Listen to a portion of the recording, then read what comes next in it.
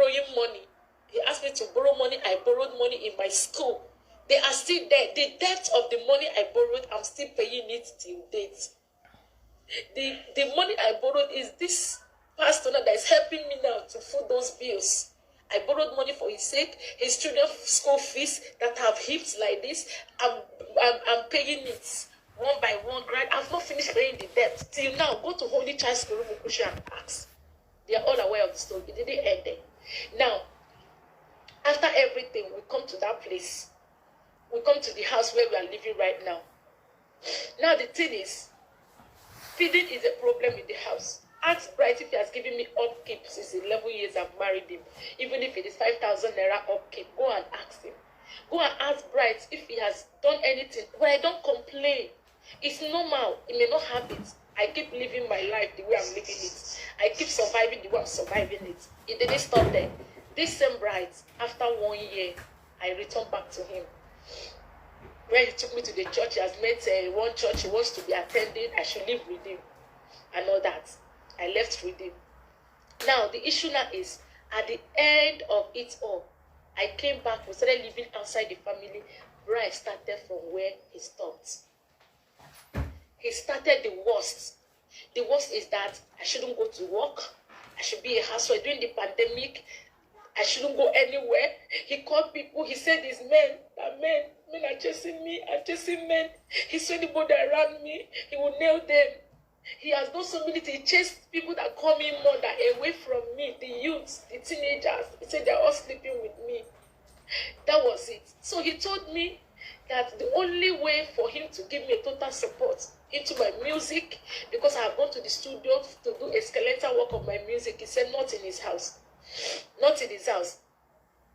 Now, the issue now is that he said I have affairs outside, that I'm many men that are chasing me and all that, that I must take an oath for him. I must take an oath for him. He said I should take an oath. That's the only way you allow me to have peace in his house. I now begged him, if I take an oath, the record of the oath is with me. I recorded it. I have record of it the day I took the oath. I said, if I take an oath for you, will that make me to be a free woman? I can go. He said I can go to the moon. He will be sleeping. I should take an oath that there is no man that is going to sleep with me, blah, blah. I said, is it for both of us? He said, no, just him alone. I took that oath for Bright, just to prove to him that I am innocent. I took oath against my faith. I took oath against my faith, just to prove to him that I don't have any skeleton in my cupboard. And I asked him, do you have peace? And I say, I have peace. But that is the worst. He started doing the worst. I'll go to borrow food outside. I'll go and, no, just negligence. Sometimes they will go carry the children and buy them food for them to eat. Me, I will stay hungry. A neighbor will just give me food to eat. I will just be surviving it. I said, enough is enough. I'm not going to die. He looked at me one morning. He said, there is no marriage between us. That I'm just in his house wasting his time. That I'm a smelling thing. He chased me out of our room. That I'm a smelling thing. That smelling thing, he called smelling thing. He thrown in the garbage. He threw me in the garbage thinking I'm going to die. He says it's make my life miserable. But when last I hear about his name, I will run away. That's what he told me. And I told him I'm not going to die. That he's going to make my life miserable and all that. Now, the last straw that breaks the camel's back is that I refuse taking all these things. He told me vividly that number one, he's going to put axe seed in my cream. I don't want to bring my children into this. Because even my children became scared and they were crying. My son will embrace me. My son of 4 years will embrace me and say, Mommy, don't worry, I will take care of you. He abused me before my children. I don't talk. He called me a weak woman. And you came on social media to tarnish an innocent man's image. You came on social media, Bright. You've done your worst. You want to get fame. You bend to your knee that you're going to destroy me. But let me tell you, this is my rising moment. You bend on your knees that over your dead body, when you see me standing right and fulfilling my destiny. You throw me in the garbage, but the seed you throw in the garbage find a means of growing and becoming something. I decided to leave his house. How? When I left his house, one day he just locked me up and said, I'm not going for church program. That night, he locked the door and put the key in his pocket before my kids. I said, it has gotten to the extent that you start locking me and walking away. So anything can happen to me. If there's a fire outbreak, I can't escape anywhere. He told me that the children I'm even talking about, it's not when I'm alive to see them, I will start talking about them. When I'm alive, that when I'm dead, I'm rubbish, he move on with his life. Then highest is money. My people don't talk and all that. He locked me up. I packed my things before his eyes. I said, Bright, it is over. Bright, it is over. I'm not going to do this anymore. This is the last straw that will bring the camel's back. I can't die in your house. I can't die because I want to prove myself. I want to prove myself that I'm a good woman. Before his eyes, I packed my bags. I kept them or what. He told me to leave. That I should leave. Self is done with me. That it does his children I'm taking care of. I packed my bag and I kept it. The next month, that night, I escaped by my children. My daughter went and looked for spare key, and my son, they hid the key and come and give me and say, Mommy, run away. Mommy, escape. That was how I left the house that night. That was how I escaped out of that trap. In the morning, we pack our things. I packed the things, called a taxi, packed the things to my mother's house. That was on the 28th of November last year. Pastor Moses Adeyo was not in the picture. I have nothing with him then. I went to my mother's house. Bright knew that I'm in my mother's house. Even that day as I was going, he saw me. Let's talk. Okay, can we see? I told him, I'm not, if you want us to talk, come to my mother's house. As he came to my mother's house, he saw me. I said, this is where we are, and this I want to be. I'm done.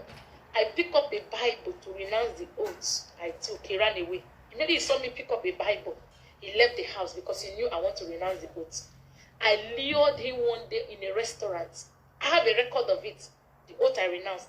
I lured him, told my sister to follow me. I didn't tell my sister what I was going to do. Before I quickly bring up the Bible, I renounced the oath. I said, your oath is no longer binding me. I am a free woman. I can live my life. It's not working. Let's not kill ourselves. Go your way, let me go my way. He said over his dead body. It was not enough. It was not enough. I left. I left to Lagos on the second week of December. The first week of December, that's when I left Lagos. I was struggling. I have to squat with a friend. Because if I'm in Port Harcourt, Bright will ping me. Bright will trace me and will block my ways. That is his nature. He will always stop me on the road. I will cry, I'll be begging for rescue. I have to leave Port Harcourt so that I can have my peace. I went to Lagos. I started my life afresh. I started squatting and squatting. I got a mini job in Lagos. Nobody knew my story. I covered up. I started my life afresh. I started earning small money to be able to take care of myself. It didn't end there. That was how it happened. It was calling. I said it's over. Now, to make it official, I came from Lagos to Port Harcourt in April. He said I left his house in 7 months and I ran and lived with Pastor Moses Adeyo. I've been in Lagos all this while. I came in April to my village. I went to my people and told them what has been going on. They shouted. I've been going through all this. I refused telling them. They invited Bright. The king of my community invited Bright and his father. He called his father. His father refused answering him. His father did not respond because they all know the story. Bright came with his friend. They told him to go and bring his father. He didn't bring his father. We had an agreement. We went to my house. My uncles, my father, the people that gave me anti-marriage sat, and I held my view. I opened my mouth and told them what has been happening. They all lamented. Even the friend he came with was shocked that he didn't tell him to this extent. Bright, they asked me if it is true. He said, yes, what I said was true. They said, but you never come to tell us that our doctor is not with you. You just seal it up all this while. But he said he doesn't know where I am, that I ran out of his house without his notice. He has been begging. Now, They asked me what I want. I told them that the marriage is over. I'm no longer interested. I want to move on and live my life. I'm no more interested. I have tried. This is the 4th time now. I can't be running and be coming back. I can't be running and coming back. That was how they said, okay, since you've decided to marry, we will not force you. Bride, our daughter says she's no longer interested. Whatever you've paid, they brought out the ledger, the family ledger, where they put down anything that has been done or that has been paid, bride price. They check it and they found out that bride did not pay bride price. And I can remember vividly, before I returned after the 1 year, my uncle called him and said, you've not paid, we'll check in the list. There was no specific money. Come and do it. He just ignored it that he has married. Because the dowry is what they're supposed to refund him. Not like the money they bought for drink and all that. They said, we don't have it. We wanted to refund you the dowry. Look at it. There is no dowry, specific amount, whether it's 1 naira or what. That was it. Before you know it, they told him, we would have collected the children self, but because we love you, okay, go and take care of the children. Let our daughter live. And make sure you don't come after her. He pleaded that they should give him more time to plead. They said, okay, we'll give you 2 weeks. If you're able to talk to her after 2 weeks, she accepted, then you could come back. But if she didn't accept after 2 weeks, leave her alone. If you come after her, we'll come after you. I went back to Lagos. I went back to Lagos after the meeting. I wasn't with Pastor Moses Adeyo. Pastor Moses Adeyo is living in the church premises in World Bank Assembly. There are people there. I'm living in Lagos. I wasn't living with him. I went back to Lagos to continue my life. He do call me until I blocked him. I told him, don't disturb me again. There is nothing between us. I have moved on. I will, if I want to live my life, I want to get married, whatever. He said, over his dead body will I get married. Over his dead body will I go to another man. Over his dead body. That is him for life and death, whatever. I told him, I have nothing to do with you. You don't own my life. I have my life to live. Before I came back 2 weeks ago. Even the day as I came back on Friday, he saw me on Sunday of it when he came to see the children in my mother's house. He saw me. He saw me. I wasn't in Pastor Moses' house. He said he doesn't know where I am. He saw me. And that why did I said, I have nothing to do with you. If you want to take care of the children, these are our children. Take care of them. He saw me. It's my life. He dumped me in a dustbin. And all that, trying to bury me. Another man picked me up and tried to give me a new life. And he just stand up to tarnish my image. He stood up to render another man, to render an innocent man's name useless, just because he chose to identify with me. He promised me that there is no man that wants to stand for me, that he will make them miserable. And that is what he's trying to do. But my God has frustrated his counsel. I am alive today, and I'm happy, and he wants to know my happiness. But I pray that God will forgive you. I pray you find forgiveness before God, bride. I pray that God will forgive you for tarnishing a man of God's image. You choose to tarnish his image because I choose to live. You want to dump me in the ground, and I refuse. Now, there are so many women out there who are dying like this. And because of what the society will say, they choose to die. If I have died in Bright's house, people will say, why didn't you talk? There are women that are dying. Why didn't you live? I choose to live. And I choose to find a new life and start a new life. And I've committed the worst crime. Because I refused to die in Bright's house. I refused to go through the same pain and torture. My children are going through so much emotional torture now because of his attitude and things he has done to them. But I don't want to put them in the picture. I didn't do this for you to believe me. I don't need your belief. I don't need your opinion. I don't need your support. But the same way you guys carry evil news to go viral in the social media, I want you to tell the world that I'm a woman that has strived to survive out of this stuff for 11 good years.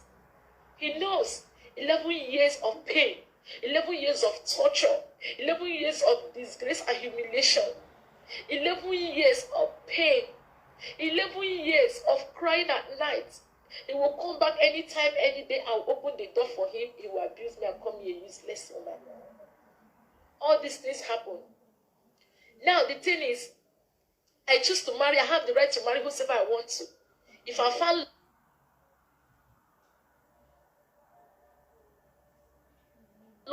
anybody. It is my life, nobody's life. People should leave Pastor Moses Adeyo out of this. He's innocent. I'm begging you. Leave the man of God out of this. Let Bright face me. People should tell Bright to come and face me. Let him come and face me. Let's talk. I have some records of his strength. Let him come out and face me. I didn't want to talk, but he has pushed me to the wall. He's trying to make me to go viral as a bad woman. And lastly, before I go, everybody is sympathizing with him. He's a free man right now. As many young ladies who are desiring husbands, Bright is free. I challenge you to go and marry Bright. So many of you that have daughters and sisters, go to his page, go and marry Bright. If you're able to live with him for 3 months, then you come back to me and shake my hand. Go and marry Bright. He has his friends who knows this story.